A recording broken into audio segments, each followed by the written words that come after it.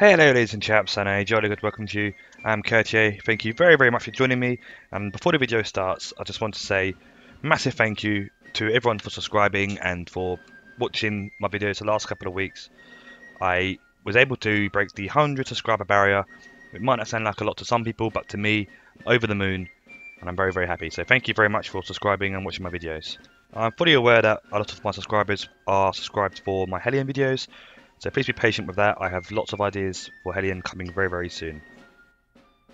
So as you can see, we're back in Cold Waters, and I've started a new 1968 campaign, and I am assigned to HMS Dreadnought, the very first Royal Navy nuclear submarine. And my mission is to hunt down a Soviet wolf pack trying to get into the North Atlantic to attack Allied convoys.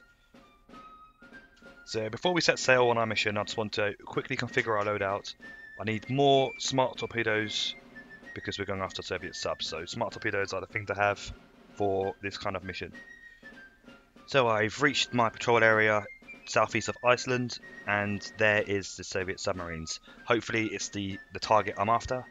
All I've got to do is match basically their movements, try and intercept them before they can break through the GI-UK gap into the North Atlantic. By the looks of it, that is my target because they are pushing out through the Norwegian Sea towards Greenland, hoping to get through that small gap at the top there, north of Iceland.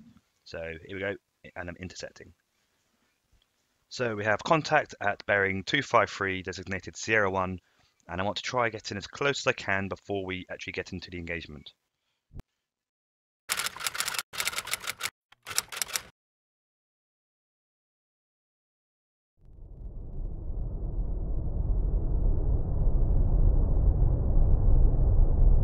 So, after patrolling around for approximately 5 minutes, Sierra 1 suddenly showed up on sonar. So I rigged for quiet running after accidentally releasing quiet running. But before I could get a chance to find out what it was, get the signature, it vanished. And then Sierra 2 simultaneously showed up, and I was able to find out it was a lot closer and get a good reading on it. So I went to the signature tab, and I'm basically trying to match up the lines. The top lines are the record files. The bottom lines are what I'm hearing now. As you can see, it's not a very good signal. Normally I would try and get a bit closer to get a clearer signal to find out what it is. But it looks like a whiskey to me. So I designated it as a whiskey, perhaps prematurely. I am after diesel electric submarines, and I do know that the whiskey is a diesel electric submarine. So that was the idea there. Basically, then I'll just start to plot a course towards it. So after a fairly long game of cat and mouse with the enemy submarine, after losing the contact and then regaining it again and losing it again, I finally got close enough to launch a torpedo. Now it goes, torpedo 1 away, and now basically we just have to watch the results, hopefully. Normally the tactic I use when launching torpedoes is I fire a torpedo and then I maneuver slightly.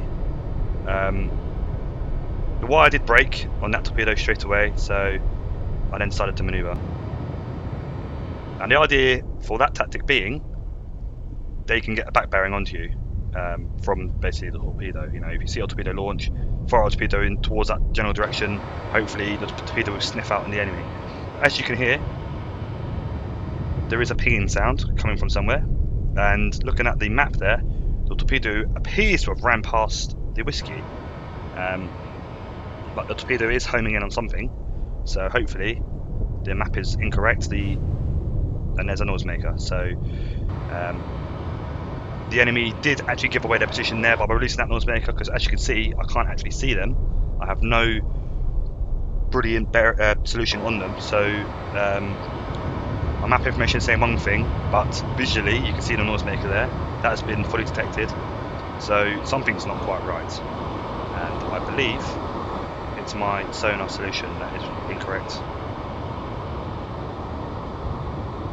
Because if I went by the map, my torpedo was basically gone past the enemy submarine.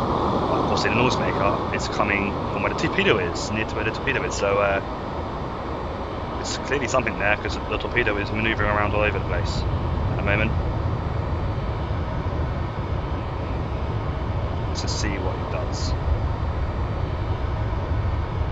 And there's me in the background, and there's the hit.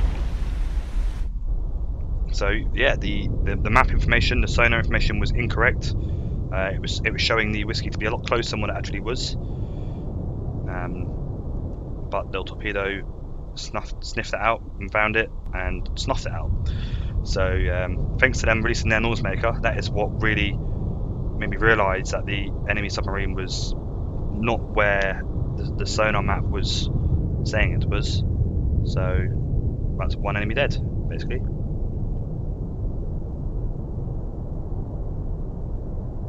And as you can see on the map here, we have picked up another contact, Sierra 3. I have no idea what happened to Sierra 1, but Sierra 3 has shown up. And we're just trying to find out what that is. And as you can see, the signal was very poor. Very bad signal there on the sonar, the passive sonar. I'm trying to work it out anyway to get a relative kind of feel for what it might be. And I've gone through most of the contacts on there, but I couldn't really designate it, so I just left it be for now. I'll try and get closer. I'll move towards it and see if I can't get a good solution on it.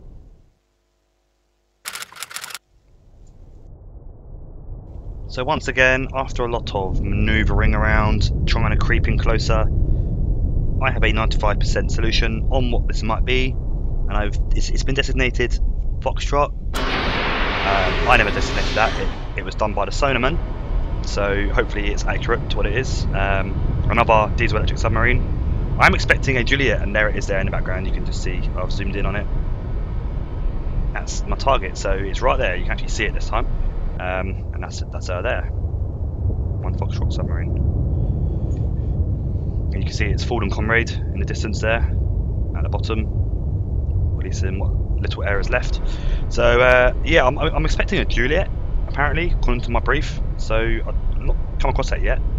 Perhaps I misdesignated the whiskey, and the whiskey was in fact a Juliet. I don't know how similar their signatures are. But as you can see, the contact has faded now, which is a bit of a bugger. It just makes things a little bit more sort of not hard, but because the torpedo's already on its way. Once that goes active, it will hopefully sniff it out. So I'll skip time ahead slightly, and there is a noisemaker in the water. And once again, the Soviets have given away their position by releasing a noisemaker. And as you can see, the torpedo has gone off on its own now. It's I still have it under control, but it's now searching for the enemy passive sonar, and it's just the target fish is just going around the noisemaker. I'm just checking my load out there. It's my second torpedo to be fired, and there is a second noisemaker in the water. So once again, they're further telling me that they're still there. They're in the area still, and they're really giving themselves away. Obviously, they can see the torpedo, but I can't see them, so it's a matter of letting the torpedo do its thing. And it's doing some pretty fancy footwork there, so I'm expecting it to make contact with the enemy hull any second. And there it is. There's the explosion. That's one dead Foxtrot. So here, yeah, happy days. That's 2 enemy down. Hopefully Sierra 1 is the third and final enemy submarine. To me, 3 subs do make a wolf pack, so hopefully that is the case. And once again, Sierra 1 has been made contact with by a sonarman, so they're showing back up on the scope again. And now I'm just manoeuvring to get into a decent firing position, try and find out what it is exactly. I didn't get a chance to designate it before, so just got to run past the wrecks. Right, now let's see if I can find out what it is. It looks like another Foxtrot. I designated Foxtrot because it looked just like one. Once again, perhaps prematurely. I'm not having a lot of patience with my finding out the signature of the enemy vessel. I kind of rushed into it. Throughout this whole mission here, I have actually rushed into designating ships. I don't normally do that. I normally spend a bit more time on it. So I've designated Sierra 1 Foxtrot, and I'm slowly but surely making my way towards it. They must know I'm obviously here now, because, well, 2 of their comrades have died, so the AI in this game is quite handy, I think. It is quite up to the task of defeating you if you give it a chance to. Right, so now I'm in range for firing a torpedo, so I do that, and they've gone active. As soon as I fired tube 1, the enemy submarine went active sonar, so they've probably got a good bearing on me now. So I'm confident that they're where sonar says it is. But my torpedo is actually going askew. I've fired it off on a bearing that doesn't really marry up very well with the enemy. And after my previous experience, it's happened again. The enemy is actually in a slightly different position to where the sonar originally said they are. And at that rate, my torpedo will fly straight past them and miss. And it's redesignated as Romeo too. It's Sonarman's picked it up as a Romeo, and I cut the wire by accident there. I meant I pressed 4 to take control of the torpedo, but like a plonker, I pressed Shift 4 and therefore cut the wire, and it's just going to basically sail past the enemy submarine. They've released a noisemaker and they appear to be surfacing. They're cavitating all over the place, so they're heading up towards the surface, and I'm kind of turning with them. I don't know a lot about the Romeo, I don't know what their speed capabilities are or anything like that, so I kind of turn with them to keep my nose pointing towards them. I mean, they're right there, you know, I can't really miss them. So, tube 2, torpedo launched, and hopefully this is one for the win. So far, I had a 100% accuracy rating. That submarine, that torpedo I fired then, the first one, I've kind of let myself down with that because that's one torpedo wasted there.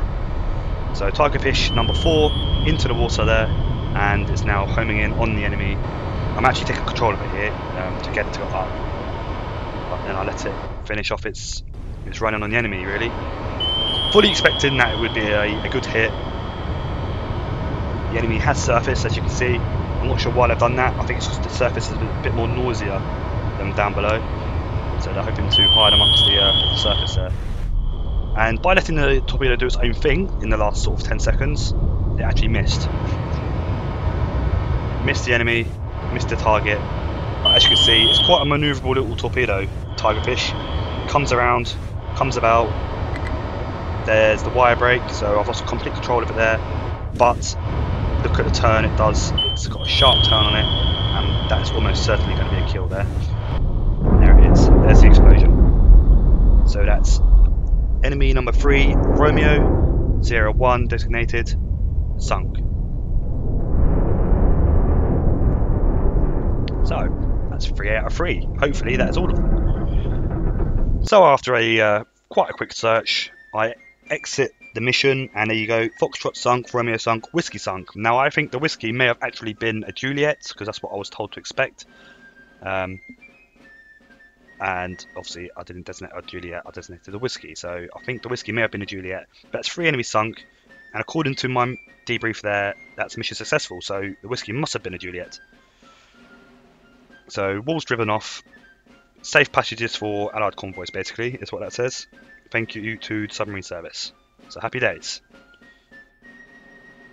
So that's mission number 1 successful, and hopefully mission number 2 will be just as successful. And there will be a mission number 2. Cold Waters is going to become a more regular upload to my channel.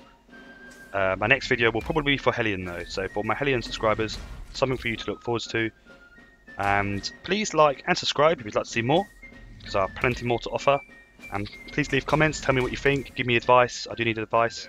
And please follow me on Twitter and Patreon, links will be in the description. So follow me on both of them for regular updates and all that good stuff. Hopefully very soon, live streaming will be a thing. I've done a few tests, so that's hopefully going to be my next big sort of like move for my channel, a bit of live streaming as well. So thank you once again for watching. I really hope you enjoyed the video, and I hope to see you again soon. I'm Courtier. Have a very nice day. Goodbye.